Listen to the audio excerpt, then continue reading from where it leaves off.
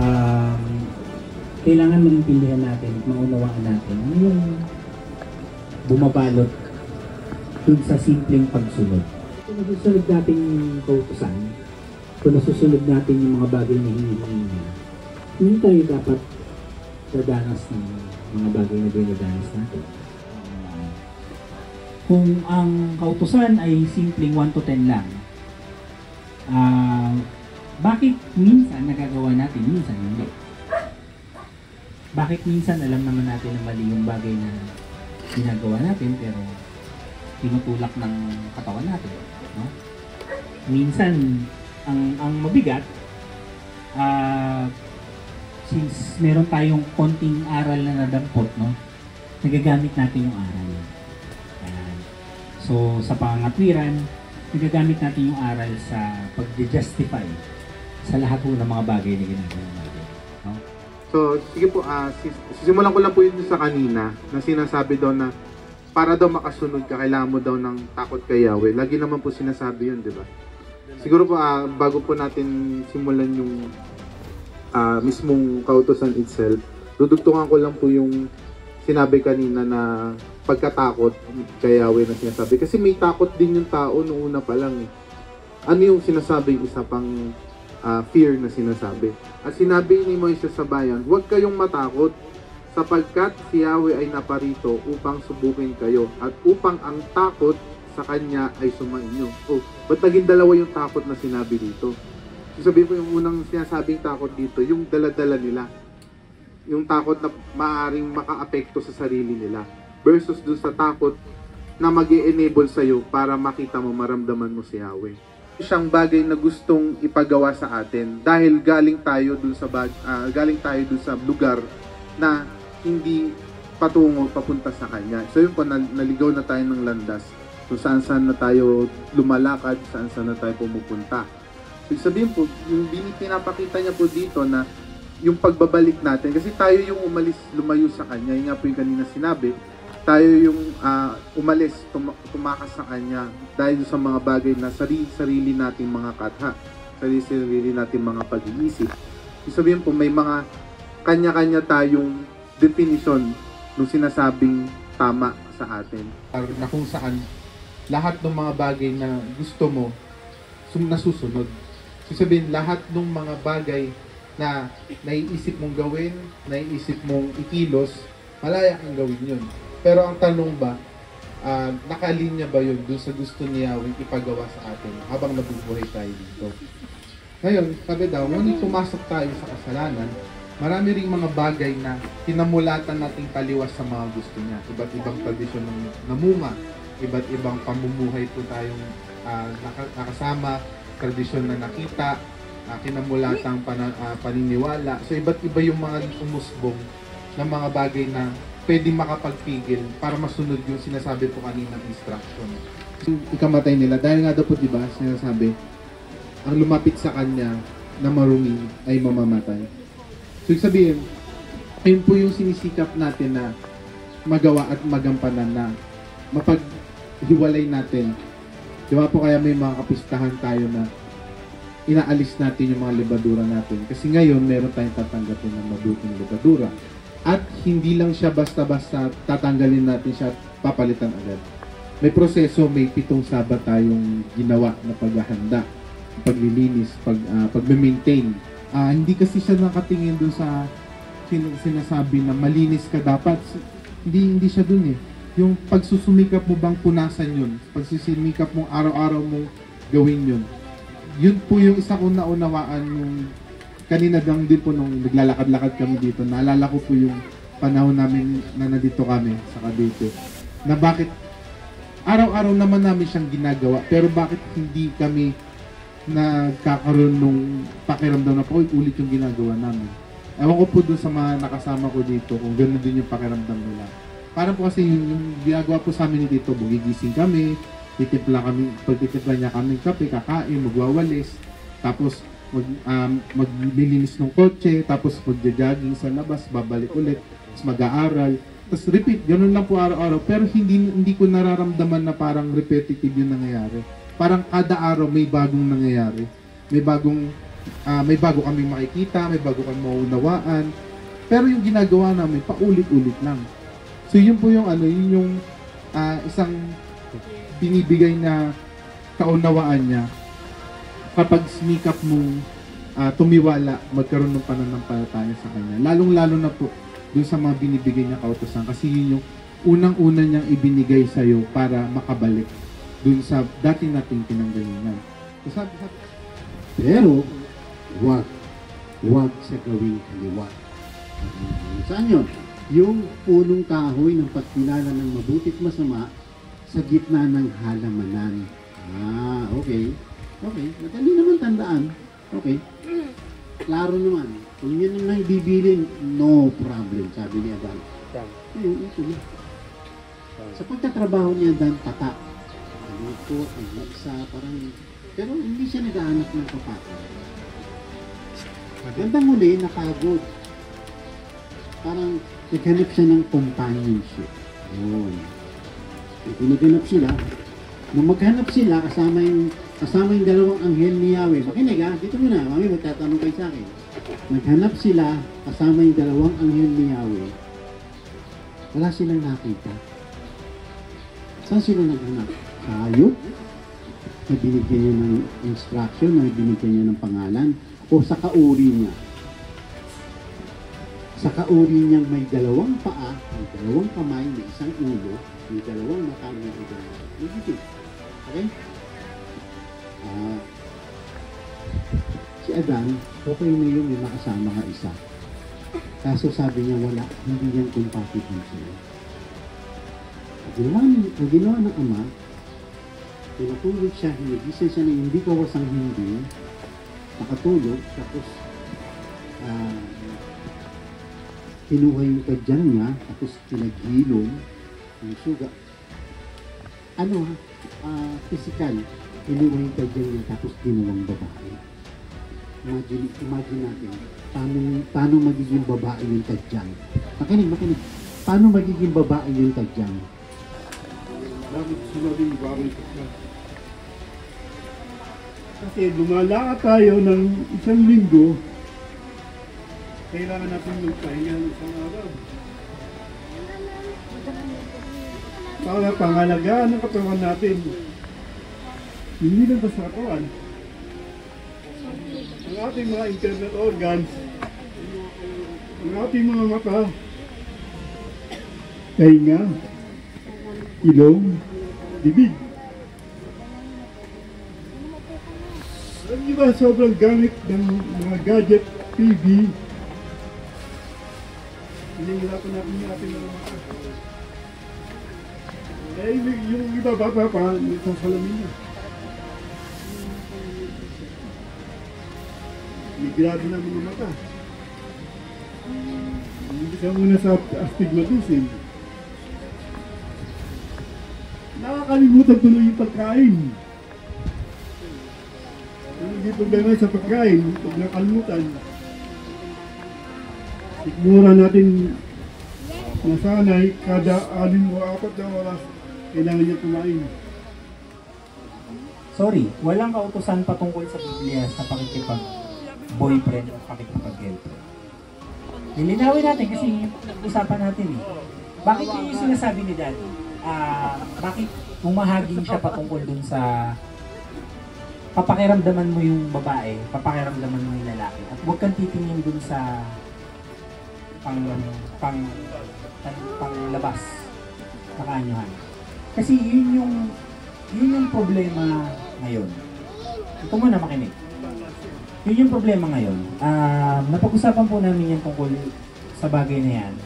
Paano tuturuan yung mga bata patungkol sa pakikipagrelasyon? Bakit kailangan ituro? Kailangan ituro kasi ayaw na nating maulit kung ano yung mga nangyari. So, kung ang sinasabi dun sa una ay nasunod na siya, so ang pinag-uusapan po sa B is yung taong hindi sumusunod. Kasi nagtatanong paano lilinisin ng binata ang kanyang daan? Ni-mirror lang po natin yan dun sa binasa ni Daddy kanina. Si Daddy ko si Kalay. Patungkol dun sa binata na nakasunod, na nagawa na lahat ng kautusan. So ang tanong, kung nagawa niya na lahat ng kautusan, ano pa yung tinatanong niya? Kung nagawa niya na yung kautusan, ano pa yung tinatanong niya? Ibig sabihin, merong mga bagay na hindi lang about sa kautusan. Na kahit nagawa mo yung kautusan, hindi mo siya kasunod. Bigyan ako ng example. Sa kaso po ng pangangalunya. Kasi yun yung isang malinaw na sulat sa Biblia. No? Huwag kang mangangalunya. No? Siyempre, kailangan natin i-define ano ibig sabihin na pangangalunya. Pwedeng sa asawa, no? May asawa ka, kuha ka ng asawa ng iba. Pwedeng sa pananampalataya, diba? Spiritual. Sabihin, may sinusunod ka na may kinikilala ka, pero taliwas yung ginagawa mo. Hindi bilang lalaki, hindi bilang tatay, hindi bilang asawa ni Ate Remy, hindi bilang anak ni Papa Boss. Tumatayo ako dito bilang elder. Lawakan ninyo yung inyong pangunawa, at syempre pag maging makatotohanan lang tayo. Okay. Kung ang kasama mo, asawa mo, halimbawa, boyfriend mo, gumawa ng second look. Kasama mo, for example, ikukumpara natin siya dun sa talagang nangaliwa siya. Like, physically may nangyari. O kaya, may nagbunga. Kung naiintindihan natin yung utos ni Yahweh na ang tumingin ng masama sa babae ay nagkasala ng pangalan niya. Nice ba yan? Totoo lang na masusunod mo yung tagubilin regardless ng utos. Okay, dito ko lang para po sa mga kamukha kong pinagdaanan. Let us face the challenge. Harapin natin. Tapos po, kumondo tayo, magsakripisyo tayo, at humingi tayo ng tawad kay Yahweh. Okay? To correct yourself. At sinabing try to correct yourself, harapin mo kung anong problema. Speaking of word, faith. Hindi ka nang kabigal sa inyong faith. Sa akin po, ini-screen ko. Maski yung makukuha nila pag hindi sila kasama sa pananampalataya, kausapin.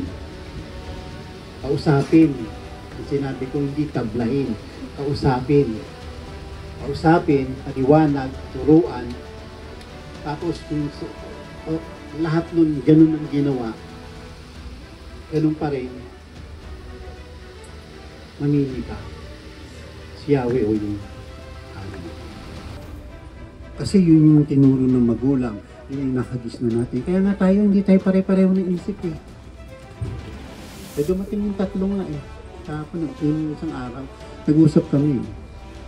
Pagkakaiba tayo ng katwiran. Because we are in a different blood. Hindi tayo pare-parehas.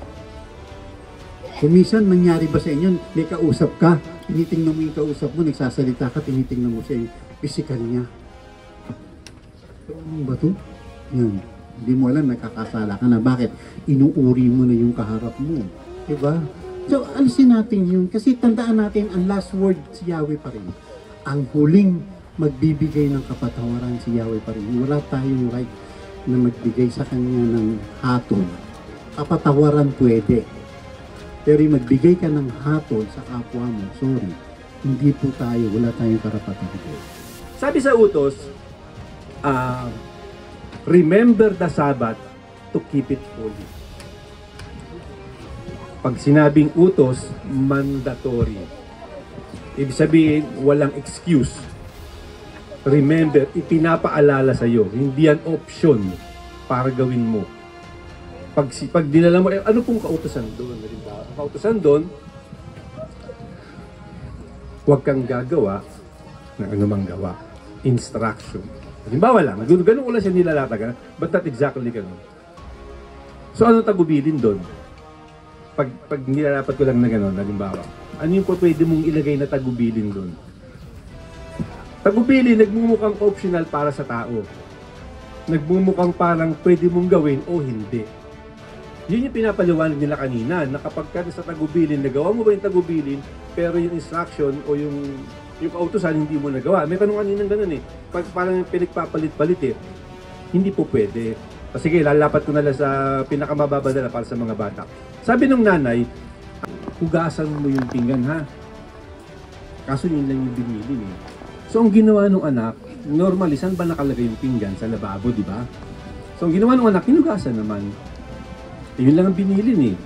Iniwan yung lababo na may mga kanin-kanin, iniwan yung lababo mamantika, iniwan yung mismo countertop basa. Nasunod ba yung kautusan ng nanay? Hindi. Sunod niya dapat buo. Lilinisin mo lahat yun. So, ngayon, on the other hand, sabi nyo, hugasan mo yung pinggan ha, linisin mo yung lababo, punasan mo yan, yung mga kanin-kanin, tanggalin mo yan, huwag mamantika yung lababo. Yun yung kumpleto, pero hindi mo siya pwede paghiwalayin.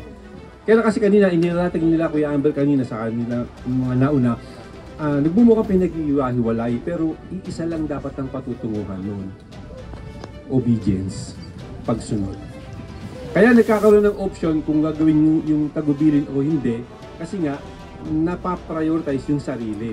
Punta dito po para magdiwang po ng Pentecost po. Ngayon po, pag-uusapan po natin yung about sa Pentecost. Bakit kailangan alisin yung lumang lebadura?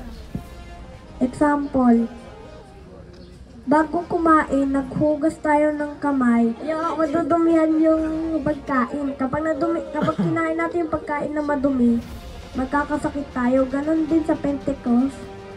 Kapag kailangan natin alisin yung lumang lebadura upang maging bagong limpak. At sa kinabukasan mula sa araw ng pamamahinga, yung panahon na binibigay niya ng pagkakataon na magpalit ng mabuting labadura. Example ko po yung sa badminton. Pagka nagpa-practice ka po araw-araw, parang yung may hirap po na skills, madali na lang sa'yo. Tapos pagka hindi ka po nagpa-practice, puro kain tulog ka lang. Tapos pagka maglalaro ka, maglalaro ka lang pag niyayaya ka, walang pagbabago, hindi mo maano yung skills na gusto mo. Eh ngayon, pag sa Sabat, kasi andun yung Torah o instructions. Pag pinapractice natin magsabat o yung pagpapakabanal ng Sabat, banal, meaning is yung pagsiseparate ng araw at gumagawa tayo ng kalooban ni Yahweh. Papabuti yung buhay po natin, igagay tayo ni Yahweh sa lakad natin at hindi niya po tayo hayaang maligaw. Yung mga basic instruction po ni Yahweh sa atin, yung mga utos po, yung mga pagsunod sa magulang, pagpatay, ay po yung mga basic instruction po ni Yahweh na kailangan po natin malaman. Wag mo sasabihin na, tapos wag niyo po sasabihin na nakakilala niyo po si Yahweh, kundi niyo, kasi kailangan pag kilala niyo yung tao, kailangan ko alam niyo yung kalooban niya, alam niyo yung kagustuhan niya. Wag mo sabihin na kilala mo yung tao kung ang alam mo lang sa kanya yung pangalan, di mo alam kung ano yung gusto niya o yung kalooban niya. Nabanggit na kasalanan, no? Na hindi natin alam na masama pala yun. No? So pupunta tayo doon sa doon sa na-discover natin, na alis natin 'yon, no? Sabihin natin nagsikap, no? Naggawa. So pangalawa, papasok doon yung sinasabi ni ni Kurt, no? Yung sinasabing pagpapanatili. So doon sa pagpapanatili, maniga, doon sa pagpapanatili, ito yung sinasabi niya kanina, no? Maniga, tinanong ko kasi siya. Kasi noong una hindi niya ma-gets yung sinasabing spiritual development. So dinala namin doon sa paglalaro niya ng badminton. So sabi ko sa kanya, gagaling ka ba sa badminton kung kain tulog ka lang? Tas alam mo yun, tipong laro ka lang, kung may mag-aya, no? Gagaling ka ba? Sabi niya, hindi po. Sabi niya, bakit? Wala po kasing ensayo, wala po kasing jogging, yung stamina, wala yung pampataas ng talon, no? Para makapaglaro ka, para mas gumaling ka. So doon ko ngayon pinag-connecta, no? Pinag-usapan namin at pinaliwanag sa kanya na yung bagay na ginagawa nating spiritual, not unless may movement, may stuck tayo doon. Okay? May stuck tayo. Kasi kung mapapansin nyo, maraming twist and turns na nagaganap. No, ngayon, maraming balita na kakaiba. Talagang parang ang bilis. Okay? Kasi ano yan no? Ito kasi yung tutulong dyan na kung bakit sinasabi natin na yung sa mga bagay na maling na-execute natin. Na tipong maaalisan mo, makokorek mo yan sa pamamagitan ng ilang bagay na paggawa ng mabuti, no? Which is, well, tama naman. Pero mayroong karampatang kaalaman na kailangan para doon.